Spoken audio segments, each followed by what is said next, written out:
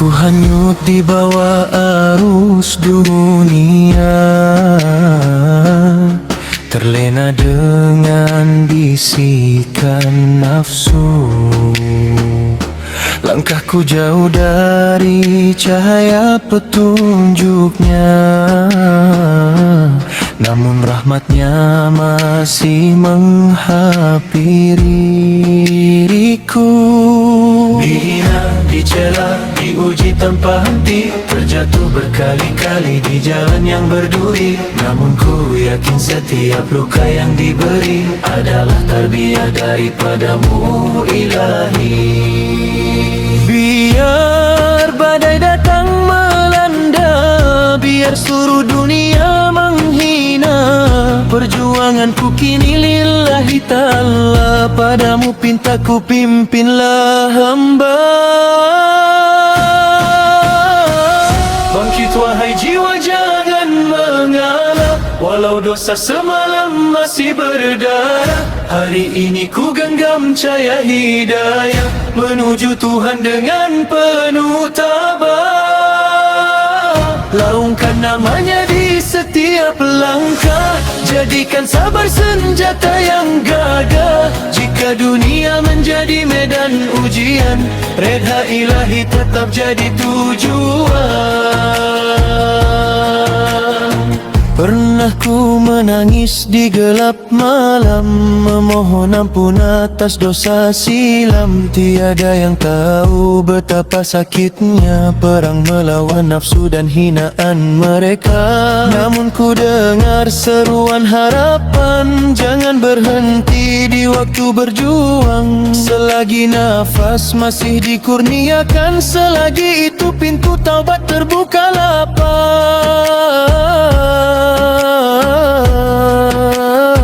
Takkan ku lari dari takdir, takkan ku mengalah bila disindir. Kerana aku yakin dan pasti rahmatnya menanti selalu sisi. Bangkit wahai jiwa, jangan mengalah, walau dosa semalam masih berdarah. Hari ini ku genggam cahaya hidayah, menuju Tuhan dengan penuh tabah. Laungkan namanya di setiap langkah, jadikan sabar senjata yang gagah. Jika dunia menjadi medan ujian, redha ilahi tetap jadi tujuan.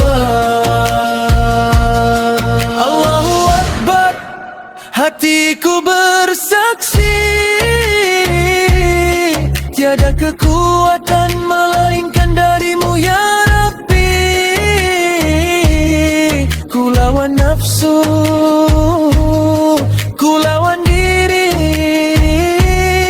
akan ku terus berjuang semi ridhomu ilahi. Allahu Akbar, tak akan berpaling, walau ujian datang menguji diri. Syurga menjadi impian untuk kembali, kerana itu rejomu yang aku cari. Bangkit wahai jiwa, terus berlari, mengejar redha Tuhan yang hakiki. Biar dunia menguji dan menyakiti, ubah jadikan hinaan sebagai kunci. Bangkit wahai jiwa, teruskan perjuangan, dengan iman sebagai pegangan. Dari seorang pendosa yang kehilangan, kini menjadi pejuang menuju keimanan.